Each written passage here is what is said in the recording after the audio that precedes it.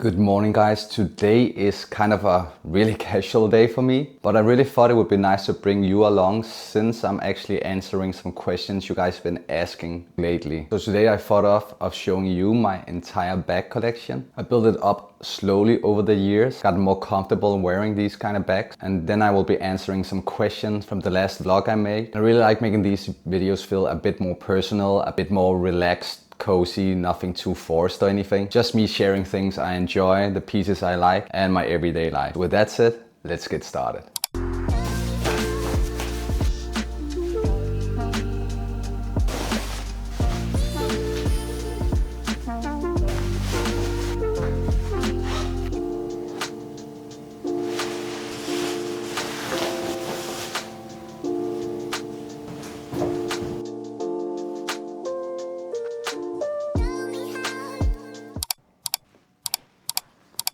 The first bag we're gonna take a look at is this one from the brand The Horse.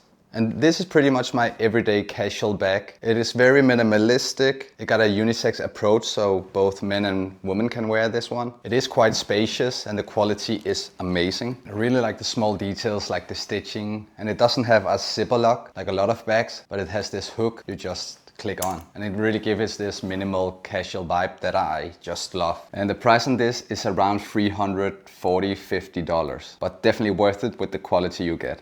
The next one we're gonna talk about is this over-the-shoulder bag from Zara. And this is actually a quite old model. I think I bought this last winter, so they probably don't have it anymore. But I could imagine they will get something similar going into fall and winter 2025. And this bag is pretty much the one I've been using the last year for almost any outfit. This is so versatile. This is of course not real leather, but the price point on these are usually around $40–50 maximum.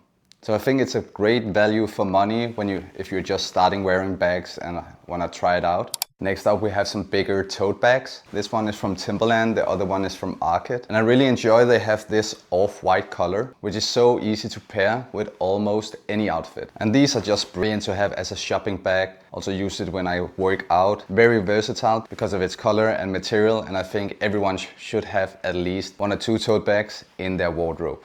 Moving over to the next one, which is this small crossbody bag from the brand Aislinn. And this is pretty much the most commented item, at least on my Instagram. Almost every time I wear this in a post, I get 5 to 10 DMs or comments about like, where is this from? Unfortunately, this brand don't exist anymore, I think. I tried to look it up and I couldn't find anything about it. It was this small Danish brand who only made this bag in 2 colors. I really like the minimalistic, casual approach. It works in a lot of outfits, and it isn't so much about carrying something in it. I usually use it to add some extra to a simple outfit. Going over this one quite fast since it is a dog bag. And I have 2 dogs, so I find this very useful. And I actually find it quite stylish as well. I can't exactly remember where we got this one, but of course it is in my collection, so I had to add it. And moving over to this one, which is actually the first bag I started this fashion journey in. It is actually my fiance's old bag. And she wanted to sell it, and I was like, hey, let me just try to style it. And here we are 2 years later, and I still have this one. I think it's a super cool one. I have some personal affection to, since it is the one that started this whole fashion journey for me. So a very cool piece.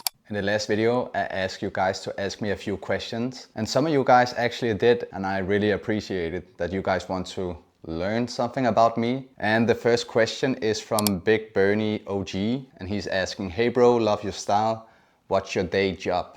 Until 1.5 months ago, I was actually working full-time as a sales manager in a retail store, and it took me pretty much 1.5 years to go down to part-time. Now I only work once or twice a week. Not the same position, but just as a salesman in the retail store to make it all go around. I am still new in this content creation field. I have 140,000 on Instagram, and it is starting to go quite good, and I'm getting a lot of opportunities, but still feel the safety and the need to have some sort of income from somewhere else. But hopefully this year I will go full-time on content creation, because it is quite hard to juggle both with content creation on YouTube, Instagram, TikTok, and then also work even part-time. I think content creation takes so much more time than I actually thought it would. I'm working part-time in a retail store, worked full-time 1.5 months ago, pursuing the full-time content creation.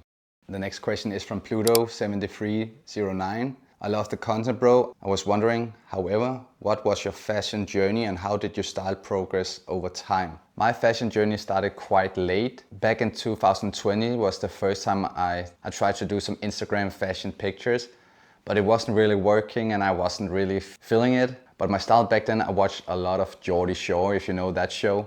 So I had skinny jeans on, oversized t-shirts. I was really loving that skinny jeans era, which now I would probably never even think about wearing a pair of skinny jeans.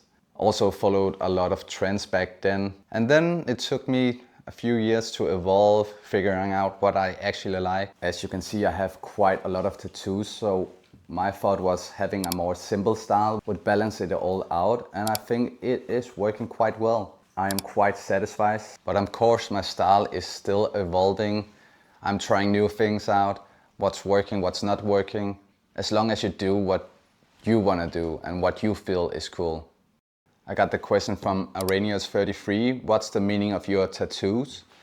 And to be honest, a lot of them has zero meaning. I have maybe 4 that actually has meanings. The one is on my inner, I actually don't know what this part is called. This one right here. And this is actually my mom's eye. I grew up having only my mom and she means the world to me. She is quite old, so I wanted to dedicate a tattoo for her. That is actually her eye. And then on the back of my head, I have actually my fiance's eyes as well in a butterfly. I can't show it right now since I have, long hair. And then I also have an E behind my ear, which also stands for my fiance. Other than that, they don't mean anything. I just thought the whole process of making them and really like how it all turned out and how they are incorporated in my style right now. So yeah. And we're actually ending the video on that note. I would love to hear if you actually like watching these more personal videos. And if you watched this far, thank you for watching. And feel free to subscribe if you want to watch more of my videos. But no matter what, have an amazing day.